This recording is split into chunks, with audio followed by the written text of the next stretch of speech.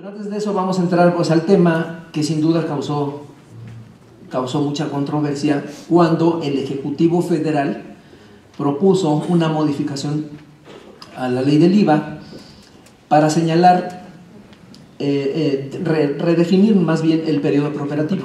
Ya estaba definido como tal en la ley 2016, sin embargo propone una modificación. Y el argumento de la autoridad era: en la legislación del día de hoy, de 2016, no hay un mecanismo para que el acreditamiento que se efectúe en exceso por el periodo preoperativo se ajuste. Es lo primero que señaló el Ejecutivo Federal. Por lo tanto, a la autoridad le complica corroborar si el acreditamiento que deriva de la inversión o gasto en los cuales incurre el contribuyente, pues realmente da derecho al acreditamiento al 100% o al 50% o al 80% o a lo que corresponda, ¿no? Esa fue la primera justificación de la modificación. Y por ello propuso que el acreditamiento de ese IVA, de las inversiones, de los gastos en que incurren los contribuyentes, se pudiera generar el derecho al acreditamiento hasta que realizara operaciones, es decir, hasta que realizara actos gravados por la ley del IVA. De esta manera, si no llevaba a cabo operaciones, pues no tenía derecho a acreditar el impuesto. Así venía inicialmente la propuesta del Ejecutivo. Emitió una disposición particular para la industria extractiva, donde decía que la actividad destinada a la exploración y localización de nuevos yacimientos o para desarrollar infraestructura las excluía del periodo preoperativo. Decía, ellas no, porque tienen un tratamiento especial, vienen a invertir a México. Y pues obviamente ese periodo les puede llevar 5 años, 10 años, 15 años. Voy a marcar una regla de excepción para ellos, les voy a dar un trato especial. Así venía inicialmente en la propuesta del Ejecutivo, pero pues no quedó así, como quedó finalmente. Pasa al Congreso, ¿y qué es lo que dice el Congreso? Vamos a redefinir el concepto periodo preoperativo, porque si lo analizábamos como venía propuesto inicialmente, el periodo preoperativo, pues podíamos concluir que inclusive una empresa nueva, si abría una nueva línea de producción, pues caía perfectamente la definición como lo proponía el Ejecutivo. Es decir, no tendría que ser nuevo contribuyente forzosamente para generar el derecho al acreditamiento hasta que generara actividades o ingresos gravados por la ley del IVA que se generaran por esa nueva línea de producción. Entonces, como queda finalmente, nos dejamos de hacer bolas y va a quedar de la siguiente manera, ya con los cambios. El periodo preoperativo es aquel donde se incurren en gastos e inversiones previo al inicio de actividades de la enajenación, prestación de servicios o el otorgamiento de uso o goce temporal. Es decir, todo en lo que incurras mientras no generes un ingreso de tu actividad grabada por la ley del IVA, pues estás en periodo preoperativo. Ese es el primer cambio. Para la industria extractiva, precisan que comprende ese periodo preoperativo la exploración para localizar nuevos yacimientos susceptibles de explotarse. Y luego topan el periodo preoperativo a una duración máxima de 1 año. ¿No? Como si las empresas tendrían que forzosamente generar ingresos en 1 año, quizás se tardan 3 o 4, o a lo mejor 6 meses. Eso es muy variable, pero lo toparon a 1 año el periodo preoperativo por definición de la ley. ¿Y se cuenta a partir de cuándo? De cuando se ingresa la primera solicitud de devolución del IVA, es lo que señala. Ok, entonces tengo 1 año, en teoría, de periodo preoperativo, y lo cuento hasta que genero la primera solicitud de devolución del IVA. ¿Y si no quiero solicitud de devolución? Digo, porque no estoy obligado, tengo 3 opciones de acuerdo con la ley del IVA: o lo acredito, o lo compenso, o lo pido devolución, ¿no?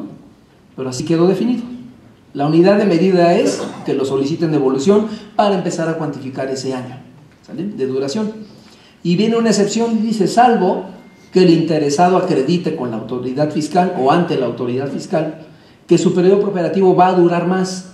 Hay sectores de actividades o de los contribuyentes que no necesariamente en 1 año van a empezar a generar ingresos. A lo mejor se tardan 3, 4, 5 o 2 años.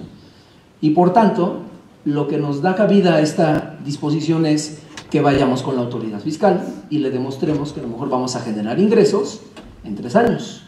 Si logramos convencer a la autoridad, entonces sí podemos solicitar devoluciones, inclusive desde el primer mes. Yo te lo voy a explicar más a detalle. Pero eso es con permiso de la autoridad fiscal. Únicamente, en ese caso, me podrán autorizar a que lo realice de manera previa a ese año. ¿Sí o no? Lo voy a traer a México y lo voy a pagar. La más que la bronca es para 2017. Ya me quedó claro que te voy a pagar, está bien. Nada más dime cuál es la base. Interpretación 1. Ah, pues como el 27, voy a regresar. El 27 me dijo que la base sería ¿cuál? El que le correspondería por enajenación, uso, goce o prestación de servicios en territorio nacional. A ver, imagínense que es un activo que cuesta 10 millones y tengo un contrato de renta por 3 años y a lo mejor vale 20, ¿no? Déjenme pensar. ¿Cuál base tomo? ¿10 o 20? ¿20? ¿20 o 10? ¿O 10 o 20? Si le preguntas a alguien de comercio exterior experto, te va a decir sin duda, me voy a la ley aduanera y aquí le puse los artículos, el valor de transacción es el que manda, ¿sí? Y ese es el valor comercial, ¿vale? Es el valor del activo. Me dicen, no es el valor de un contrato de arrendamiento. Entonces, ¿qué creen que persigue la reforma? ¿Los 20 o los 10? Digo, creo yo, siendo muy letrista, que es lo que hayas pactado en el contrato de arrendamiento, ¿no? Nada más que me dicen los expertos en comercio, sí, nada más yo te quiero ver cómo te lo despachan en la aduana, no te lo van a calcular sobre ese monto. Te lo van a declarar conforme al artículo 6.5 con el de 10, eso es lo que me dicen. Yo no soy experto en comercio. Les dije, ok, pues quiero pensar que a lo mejor van a cambiar el esquema. No lo sé, pero siendo muy letristas, y digo, lo dijeron atinadamente, pues aquí está claro, ¿no? Es el valor de la importación, la base va a ser el que te correspondería por el arrendamiento, si fuera en territorio nacional. ¿Y cuánto vale el contrato? 20. ¿Sí? Ese es un tema también, yo creo que muy, muy sensible, ¿no? Para esta reforma 2017. Y hay otra más, me faltan 2. Momento de causación del IVA en importación de servicios. Aquí, en resumen, es esta disposición del artículo 24, fracción quinta, y el 26, fracción cuarta, no era muy claro hasta 2016 el momento en que se debería causar el IVA por una importación de un servicio. Y además era muy difícil para la autoridad fiscalizarlo, porque te remitía al 24 y luego al 14. Entonces entendías que la causación se daba ¿hasta cuánto? Pues hasta que se cobre. Incluso el SAT había un criterio que decía que era cuando se prestara el servicio. Entonces era muy difícil de que te lo agarran. Entonces lo dejan en blanco y negro y dicen, se causa, ya para que no haya ninguna duda, cuando se cobre la contraprestación en el caso de que importes un servicio. Punto. Así de sencillo, ¿no? Es lo que señala la ley del IVA.